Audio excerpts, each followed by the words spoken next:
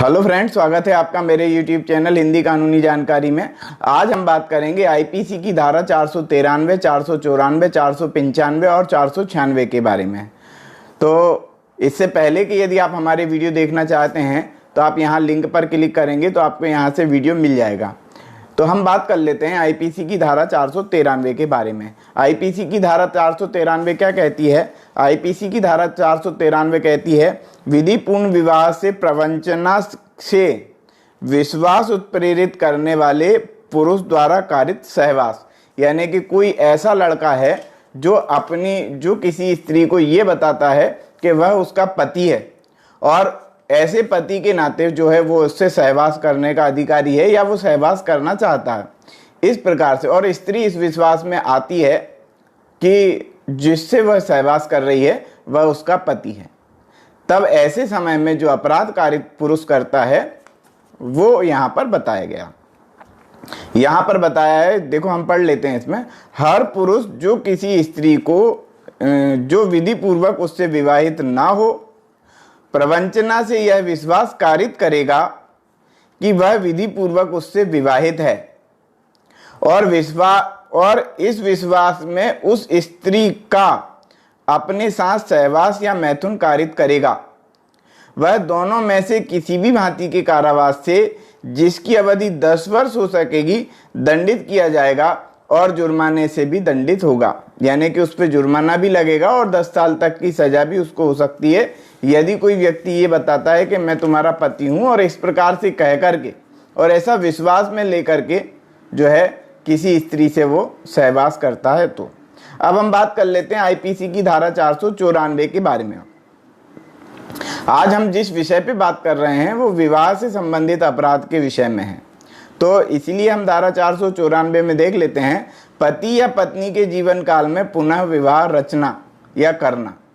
यानी कि यदि पति जिंदा है और उससे प्रॉपर तलाक वगैरह नहीं हुआ है, ऐसी स्थिति में यदि कोई महिला यानी कि कोई पत्नी दूसरे से विवाह करती है या पति यानी पुरुष किसी दूसरे से विवाह करता है पत्नी के जिंदा रहते और बिना तलाक, तो ऐसे समय में भी यहाँ पर दंड का प्रावधान किया गया है। वो यहाँ पर हम देख रहे हैं। क्या बताया गया है कि पति या पत्नी के जीवन काल में पुनः विवाह करना, जो कोई पति या पत्नी के जीवित रहते हुए किसी ऐसी दशा में विवाह करेगा जिसमें ऐसा विवाह इस कारण शून्य है कि वह ऐसे पति या पत्नी के जीवन काल में होता है। यानी कि पति या पत्नी के जीवन काल में बिना तलाक के कोई यदि पुनः विवाह होता है, दूसरा विवाह होता है, तो वो शून्य माना जाएगा।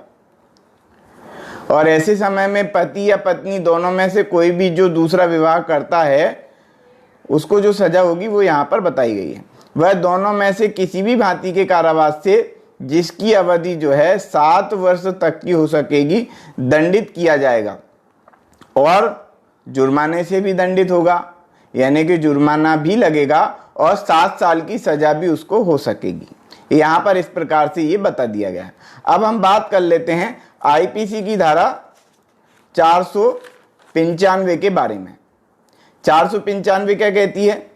ये कहती है कि वही अपराध पूर्ववर्ती विवाह को मतलब कि जो हमने अभी पढ़ा थोड़ी देर पहले धारा 494 में, और हम बात कर रहे हैं अब धारा 495 की। यानी कि धारा 494 में कौन सा वाला अपराध हुआ?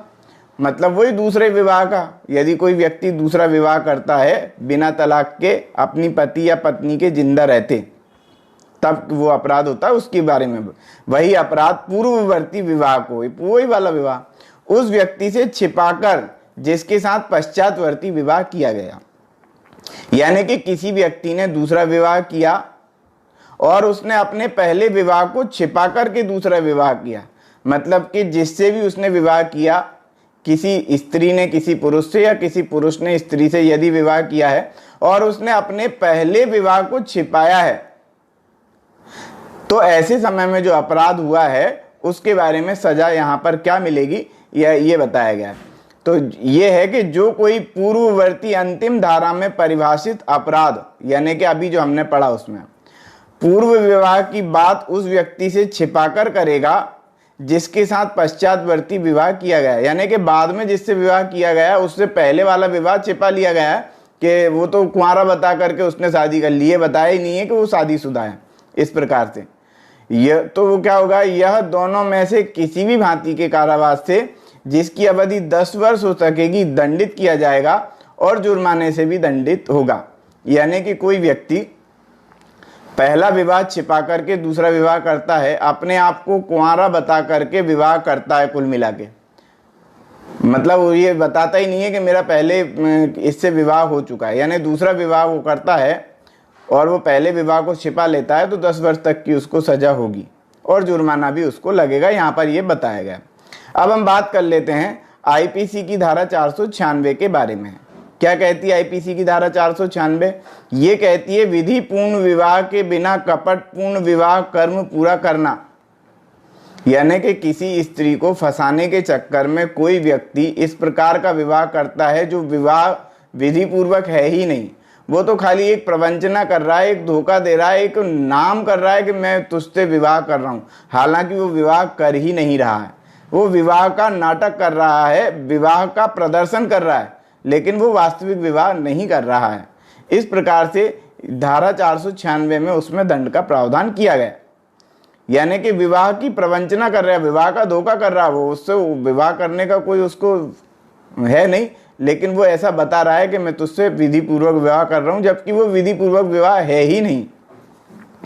तो जो कोई बेईमानी से, हम पढ़ रहे हैं इसमें कि जो कोई बेईमानी से कपट पूर्वक आशय से विवाहित होने का कर्म यह जानते हुए पूरा करेगा कि तद द्वारा विधि पूर्वक विवाहित नहीं है, यानी कि विधि पूर्वक विवाहित नहीं है वो, और इस प्रकार से वो झूठा विवाह कर रहा है, वह दोनों में से किसी भी भांति के कारावास से जिसकी अवधि 7 वर्ष हो सकेगी दंडित किया जाएगा और जुर्माने से भी दंडित होगा, यानी जुर्माना भी लगेगा और 7 साल की सजा भी उसको हो सकेगी।